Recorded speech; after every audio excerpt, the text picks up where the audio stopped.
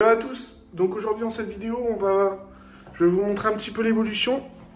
Donc on avait décaissé la dalle de la cuisine, donc je vais vous montrer. Donc là on a remblayé un petit peu avec du sable, on a enlevé tous les gravats, etc. Il y a un polyane qui a été mis, le ferraillage qui doit être un peu peaufiné. Et voilà, donc il y a cette dalle là qui va être coulée, donc j'ai fait pas mal de tri, donc tout ça c'est pour les gravats, c'est vide. Tout ce qui est déchets en fait c'est parti, donc ça c'est bien. Ici le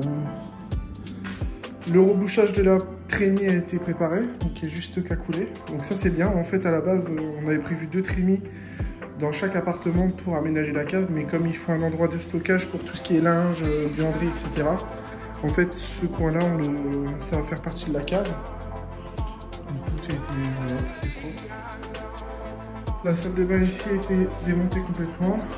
Ça va être refait. Toilette. Voilà. Donc on a démonté la cloison ici. C'était pas très beau derrière. Là, il y avait une ancienne cheminée, comme on peut voir. Voilà. Petite technique aussi, quand on va enlever...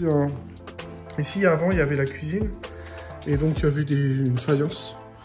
Donc, moi, ce que je fais, c'est que je prends une petite scie sabre. Je coupe, en fait, autour de la faïence. Et après, j'enlève en un bloc ou 2 blocs. Ça me permet de juste remettre une plaque de placo, faire un calicot, et puis voilà. C'est tout propre. Et... l'échafaudage pour la façade, voilà, va être monté aussi. Donc on va refaire la façade arrière en enduit, un enduit gratté à base de résine, avec une toile en PVC qui va permettre de traiter toutes les fissures et puis d'avoir un mur sain à l'extérieur. L'infiltration, on va profiter aussi de l'échafaudage. J'ai un copain qui fait de l'étanchéité, qui va me réviser la toiture parce qu'il y a quelques infiltrations. Mais voilà, ça avance, c'est plutôt cool. Franchement, je vais vous montrer les caves ici. Oh, alors, là j'ai fait un gros coup de nettoyage.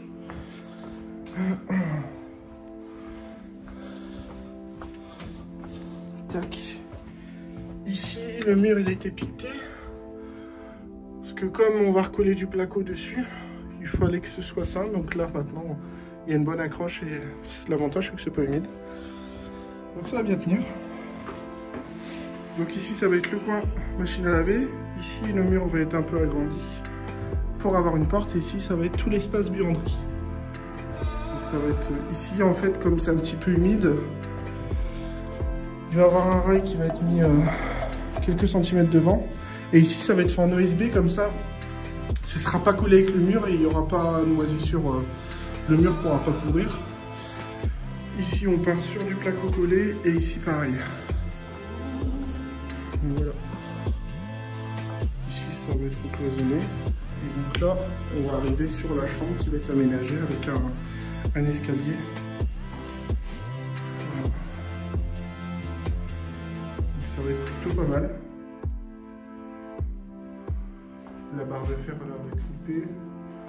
Oui, puis lumière, ça éclaire vraiment bien, en fait, au final.